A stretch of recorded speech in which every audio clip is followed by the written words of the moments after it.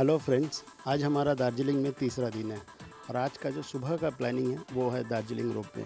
इसीलिए सुबह सुबह हम लोग आ गए हैं क्योंकि कल हम लोगों का लेट हो गया था, तो इसीलिए कल हम लोगों ने इसको अटेम्प्ट नहीं कर पाया। और आज सुबह 8:30 बजे हम लोग आके यहाँ पे लाइन पे खड़े हो गए सो दैट इस ब्यूटी को हम लोग और अच्छा से एक्सप्लोर कर सकें।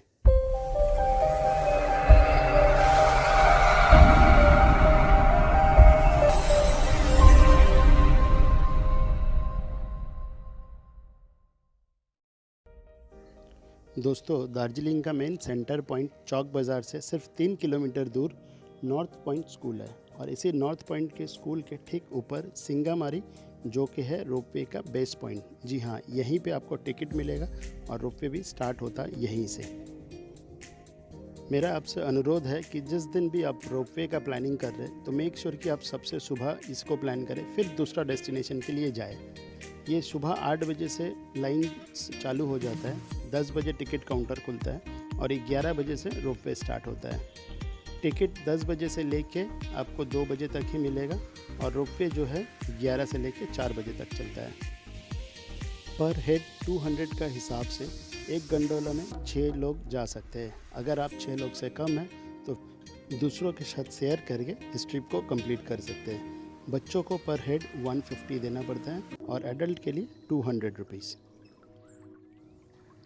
और अगर आप 6 से कम लोग हैं तो फिर आपको प्राइवेसी भी चाहिए, तो फिर आपको 6 लोगों का फेयर जो है खुद को देना पड़ेगा। In that case 200 into 6 1200 rupees you need to pay. अब बस और क्या, बाकियों के साथ शेयर करके हम लोग भी अपना गंडोला में चढ़ बैठे और निकल पड़े ये खूबसूरत डेस्टिनेशन को अच्छा से फील करने के लिए। वैसे तो ये one side to another side total 20 minutes का जर्नी है, पर आप चढ़ने का गंडोलाज में चढ़ने के 2-3 मिनट के बाद ही आपको लगेगा कि आप कोई और दुनिया में आ चुके हैं। जी हाँ, ये बेहद ही खूबसूरत दिखता है। शुरू से आखिर तक आपको नज़ारा ही नज़ारा दिखेगा। अब बस और क्या, खिड़की से नज़र बाहर जाते ही चारों तरफ हरियाली हरियाली। आपको लगेगा ही नहीं कि आप कुछ देर पहले जो शहर में थे वो शहर का ही हिस्सा है ये दार्जिलिंग रोपवे।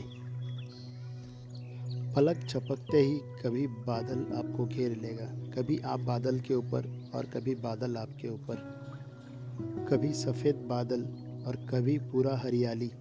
इसी तरीक़ा से आपका नज़रिया जो है पल पल बदलते रहेगा और आपको देते रहेगा एक अलग ही फीलिंग्स।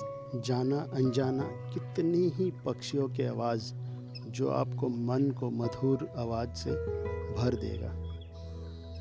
जितना दूर आपका नज़र जाता है उतना ही दूर फैला हुआ लश ग्रीन टी गार्डन और गार्डन के बीच से बहती हुई 2 नदी, एक रमन रिवर और दूसरा है रंगीत रिवर, और उनकी आवाज़ मानो आपको पूरा अलग दुनिया में लेके चले जाएगा और आपको पता ही नहीं चलेगा कि ये देखते देखते कब आप एक छोर से दूसरे छोर की ओर आ गए हैं। जी हाँ, यहाँ पे अभी हम लोगों को 10 मिनट का ब्रेक दिया जाएगा और फिर यहाँ से रिटर्न जाते हुए कोई भी गंडोलाज में आप चढ़ के वापस अपना सिंगामारी जा सकते हैं। ये जो डेस्टिनेशन है ये इसको बोलता है तुकवीर। वैसे तो 1968 में जब ये रोपवे चालू हुआ था, सिंगामारी से लेके सिंगला तक जाता था और बीच में ये तुकवीर और इसके बाद बुरनेस बेग बोल के 2 स्टॉप देते थे और उसके बाद एंड पॉइंट सिंगला बाज़ार तक जाता था। और ये तुकवीर में पहुंचने के बाद यहाँ से जो आपको नज़ारा दिखेगा बिजनबारी वैली, और अगर आपका लक अच्छा रहा तो फिर you can see the entire Himalaya range, specially Kabru और कांचनजंगा भी यहाँ से देखने को मिलता है, लेकिन बादल के वजह से हम लोगों ने नहीं देख पाया है। बट बिलीव मी, इसके बाद भी आपको थोड़ा सा भी अफसोस नहीं होगा क्योंकि जो भी आपको दिखेगा वो भी आपके सोच से काफ़ी खूबसूरत है और काफ़ी ज़्यादा आपको आनंद दे जाएगा। मानो पल के झपकते ही आपका 10 मिनट ख़त्म हो जाएगा और आपको फिर वापस जाना पड़ेगा। लेकिन आपसे एक गुजारिश है कि अगर आप यहाँ पे आए हैं तो यहाँ का एक छोटा सा स्नैक्स कॉर्नर है जहाँ पे आप थोड़ा देर के लिए चाय और कुछ स्नैक्स खा सकते हैं। हम लोगों ने यहाँ पर मोमो खाए थे और विच वाज ऑसम। और फिर मोमो और चाय के मज़े लेते हुए 10 मिनट बिताने के बाद हम फिर वापस चलेंगे सिंगामारी, जहाँ से हम लोग स्टार्ट किए थे वहीं पे हम लोगों को अभी फिर से वापस जाना है। ये जो पूरा राउंड ट्रिप है इसमें टाइम लगता है 45 to 50 minutes. One side 20 minutes, another side 20 minutes और 10 मिनट का ब्रेक। पर ये 45 टू 50 मिनट्स आपका लाइफ का वो टाइम रहेगा जिसे आप काफ़ी साल तक याद रखोगे, because this is going to be so awesome. और आपके अनजाने में ही आपके दिल झूम उठेंगे और आप गुनगुनाना चालू कर देंगे। वैसे तो ये जब शुरू हुआ था 1968 में वेस्ट बंगाल फॉरेस्ट डिपार्टमेंट के अंडर, उस वक्त सिर्फ एक ही गंडोलास थे, बट आज के दिन में 25 गंडोला इस पार से उस पार करता है।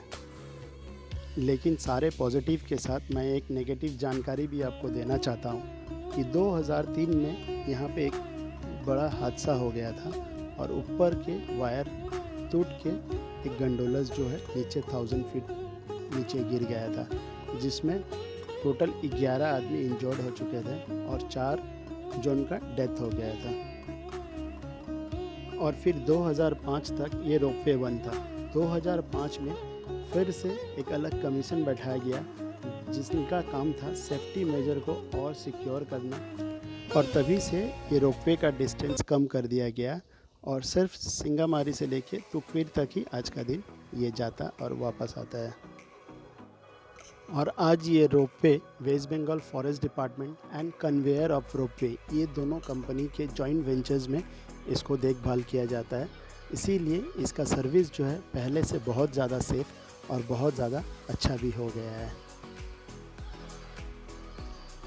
लेकिन सब के ऊपर यहाँ का नज़ारा, नीचे बहती हुई नदी और ऊपर कांचनजंगा का रेंज, और जितना दूर आपका नज़र जाता है उतना ही हरियाली, ये सब मिला के आपका जो नज़र है उस नज़रिया को ही अलग मात्रा तक पहुंचा देंगे।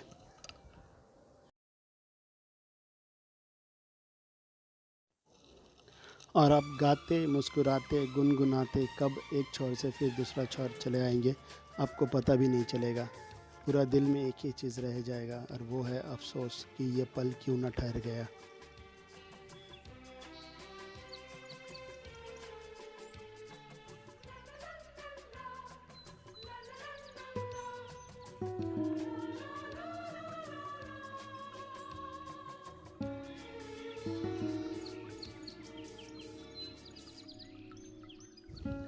और इसी अफसोस के साथ हम भी वापस चल दिए अपने घर की ओर और करते रहे अपने दिल से एक वादा कि चाहे कुछ भी हो जाए इन पहाड़ों में फिर से आना है, फिर से लेना है खूबसूरती का मज़ा और फिर गुनगुनाना है इसे दिल में।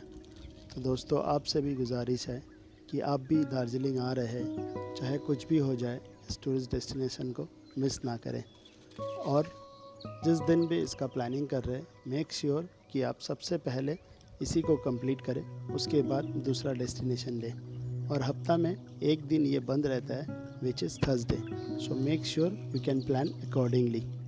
और इसी के साथ मैं आपका दोस्त प्रशांतो विदा लेता हूँ इस वीडियो में। आप बने रहिए एंड तक और देखते रहिए, और अगर आपको अच्छा लगे तो मेरे चैनल को सब्सक्राइब, लाइक और शेयर करना ना भूलें, क्योंकि आपकी एक लाइक और शेयर से मेरे को और ज़्यादा इंस्पिरेशन मिलेगा और मैं लाता रहूँगा आपके लिए और ढेर सारे video with lot of proper information. Till then, thank you and bye bye.